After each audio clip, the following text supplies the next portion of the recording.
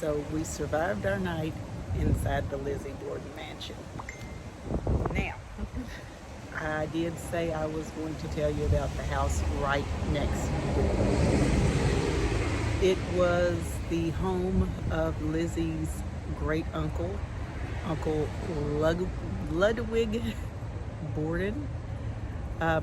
Ludwig had a wife.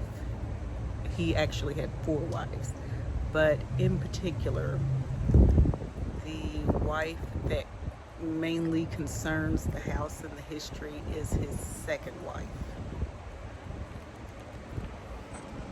The second wife's name was Eliza Borden. And Eliza, maybe around 22 years before the Lizzie Borden murders, she had a, I would say, even worse, I don't know what to call it, an even worse story. So it's like the Borden family was kind of, I wouldn't say cursed, but they had a past. Eliza took her 3 children down to the cistern and drowned 2 of them. From the accounts that I've heard, she did put all 3 in the cistern. There was a 1-year-old, a 2-year-old, and a 3-year-old. And what she done is attributed to postpartum depression. And at that time, postpartum and mental illness, it was something that people were ashamed of. So there was basically no treatment for it, and I'm not excusing by any means what she done. So the youngest 2 children did drown in the cistern. It is said that the 3rd child survived by standing on the bodies of her siblings. After putting the children in the cistern, Mary then went back upstairs and slit her throat, her own throat, with her husband's razor, her husband's straight razor. Wait, I do this. Huh? Do you have any cuts in the head? No, I'm reading what Jesus put over here. So why you wondering? Ain't nobody trying to break it in nothing. The house does look quite different today. And I'll post a picture of what it looked like at the time of the murders.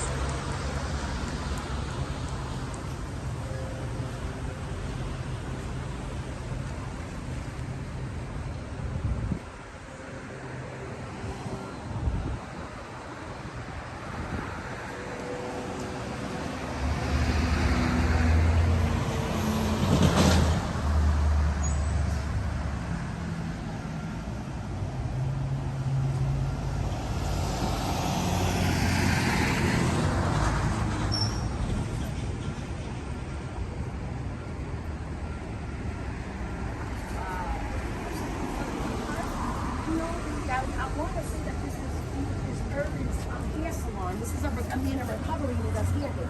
Oh, wow. Matter of fact, I believe he was giving my grandson a toy. Let me see, I think I have it. Let me see if this is the window.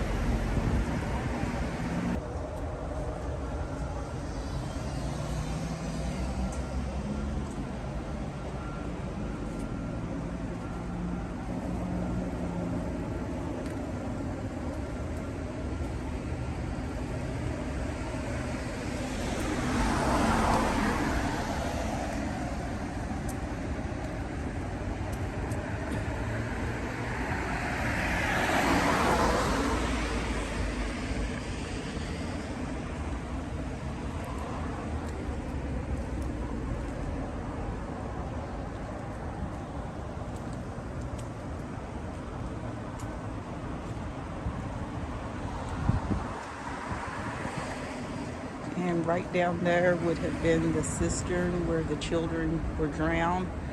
And of course, on the third floor of the Lizzie Borden house, there are toys and things for the children.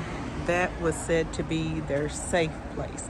So they kind of migrated from the house where they were murdered to the Lizzie Borden house next door for their spirits.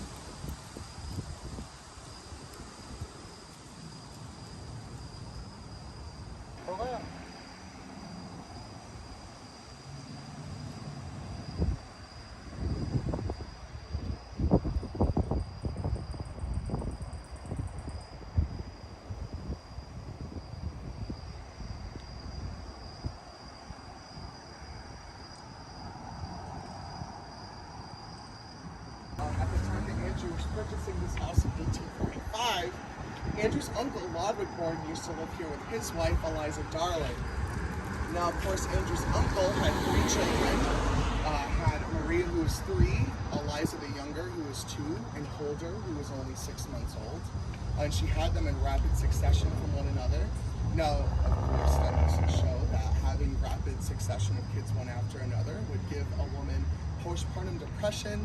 Some say that happens. Now, on this particular occasion with Eliza, one particular day she just snapped and took her children downstairs to the basement cistern, right through that little window there, and dropped her children into the basement cistern there. Yeah, so that's also another very sinister tale that happens here in this one as well. Yeah, so of course, out of the 3 children, 2 did pass away. Holder and Eliza drowned in the basement cistern. And then Eliza, now of course, after she had witnessed what she had done, she ran upstairs, and it's reported that she took her husband's straight razor and slit her throat from ear to ear. So then she took her own life as well. The only modern equivalent, I guess I could kind of base it on, is 2001, Andrea Yates case. For those people who kind of remember that. This is the area of the third floor of the Lizzie Borden house where children are heard, and toys are left there for the children from next door, both in the common area and in the bedroom.